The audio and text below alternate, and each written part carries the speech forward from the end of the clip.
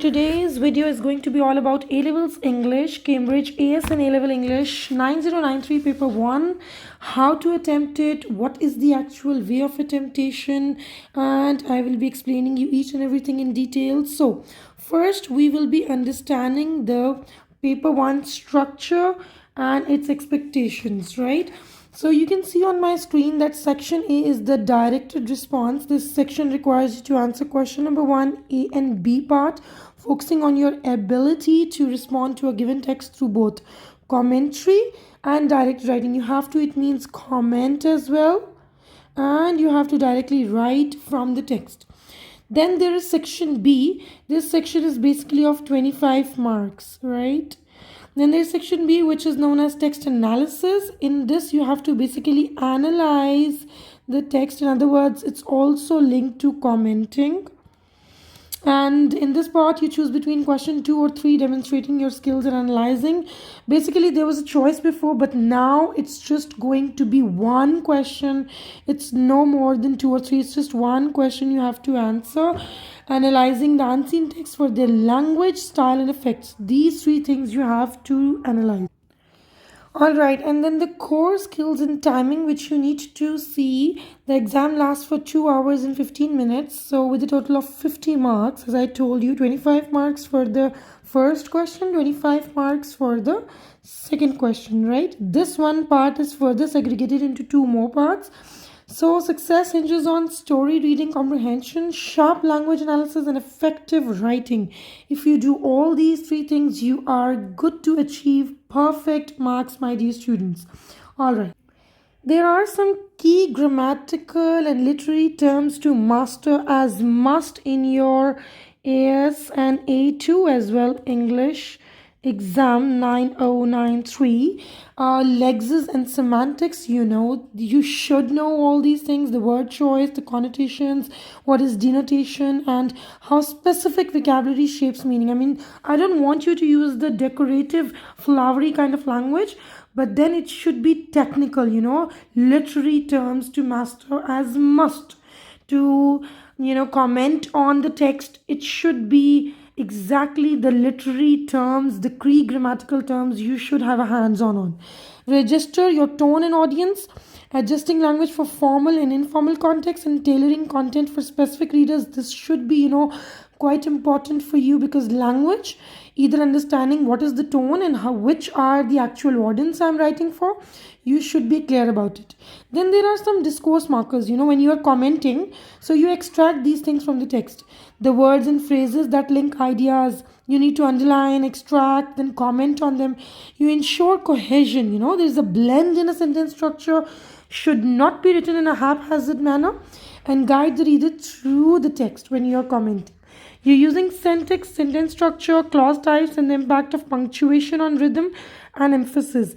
Punctuations are very important, my dear students. So when you are commenting on it, you need to enhance and comment on that how the writer has used punctuations in his style of writing, like full stop, comma, exclamation mark, inverted commas, question mark, like which kind of hyphenated sentences, what kind of punctuations are basically employed in the answers.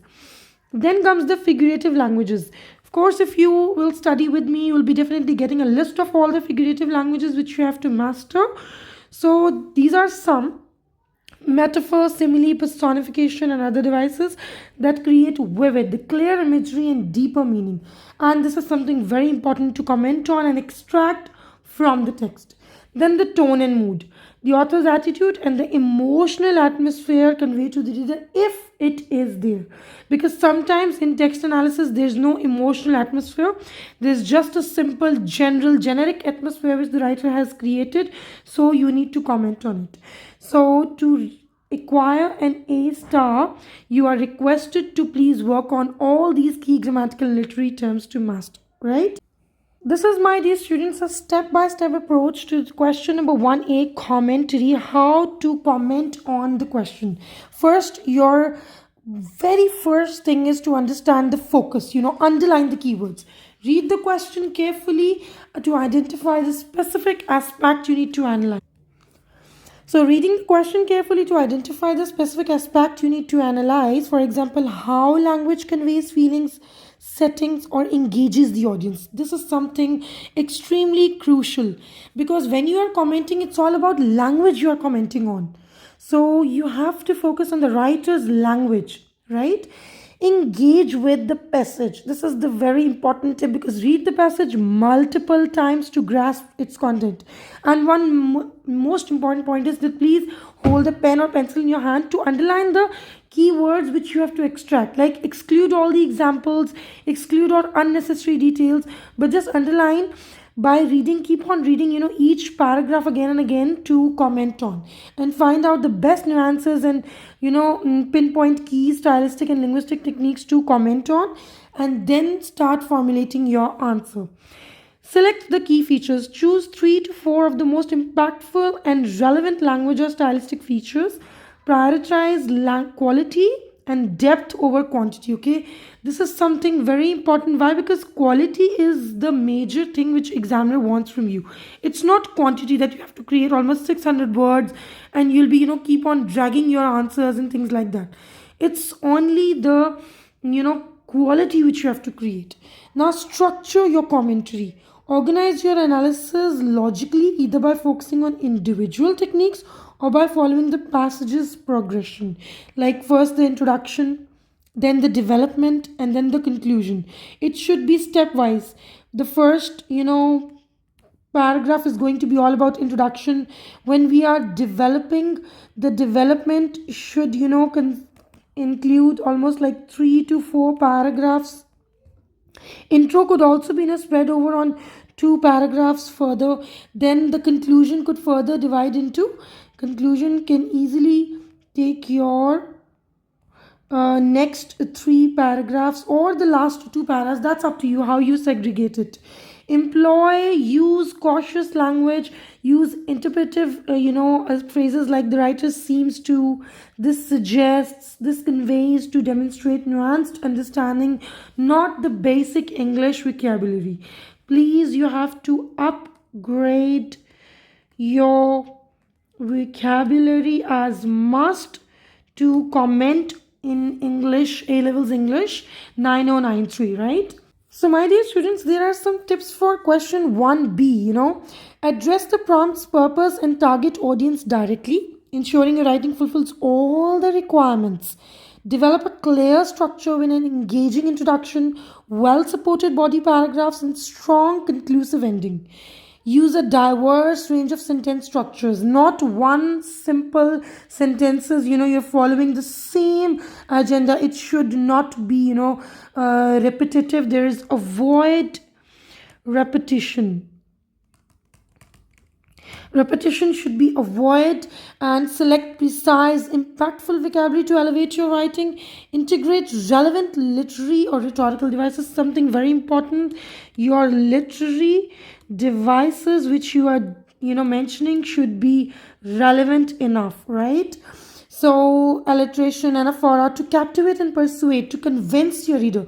The major task is that you have to convince your examiner. So when you are convincing, it means that you have to use that specific, objective vocabulary. Maintain a consistent tone and style appropriate for the given task, whether it's a formal letter, informative article, or a compelling speech. You need to maintain a proper, consistent tone and style. In a proper manner, you have to formulate your answer. These are the very important tips. You have to do that body paragraphs, your strong conclusion, your catchy hook. Even you can start with a question too. So to make your content engaging, you are requested to please practice writing a lot. Now, there are some common difficulties and how to overcome them. Overloading commentary. Please don't comment on every single line. This is something very important. Don't comment on every single line. You have to comment on few things. Instead of mentioning many minor points, focus on a few significant ones and analyze them in depth. Ignoring text endings. Ensure your analysis covers the entire text. Like, you have to clearly write the crux, the crux of the text, paying particular attention to how the ending contributes to the overall message. So the main idea you need to extract. You have to extract the main idea, and then you have to formulate the answer in your own words. This is what you have to do by keeping in mind the technical vocabulary while text, while comment. Vague comments will always lead you to the negative marking, so always substantiate your points with precise examples, short examples, and direct quotations from text. Means extract the examples from the text. Only the text example you can quote, nothing else. Poor time management will also lead you to that in the first question you'll be giving so much time, like more than an hour, and then the second question, no, please segregate it like this. Like the question number 1, part A should be given 30 minutes, part B should be given 30 minutes, the question number 2 should be given altogether like 45 minutes, and then spare 10 to 15 minutes for the reading first, or at the end the proofreading. This is what you have to leave your time for, and this is the time management. If you'll practice this time management before the exam, you can definitely excel in your exams. So dedicate 15 minutes to planning before you start writing to ensure a coherent and well structured response. This is what I told you. Confusing terminology, please don't do it. This is how you need to work on. Review definitions and examples of grammatical and literary terms to ensure accurate usage. This is something very important. Now moving on towards the sample high level commentary extract question number 1. This is, my dear students, a question of sample response basically. So how you can formulate it, please just see it very clearly, take the screenshots and then follow the same pattern. The writer masterfully employs vivid instead of uses. The writer has written employs vivid imagery such as the evocative phrase crimson sky. This is the quote from the text. This is how you will be extracting the examples from the text. That's what I'm compelling. To immediately establish a pervasive sense of impending danger, then that Peel method is focused on the point. Point is given first thing, the evidence, then the example or evidence, the same example or evidence are the same thing, and then how the language is used, how it is the comment on the language. So this method is the perfect method which we always use in O levels and A levels both.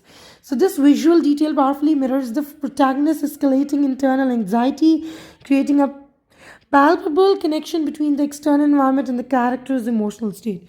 So please just take the screenshots and focus on the same thing. It's a sophisticated terminology and provides a clear, insightful explanation. Moving on to the next important slide.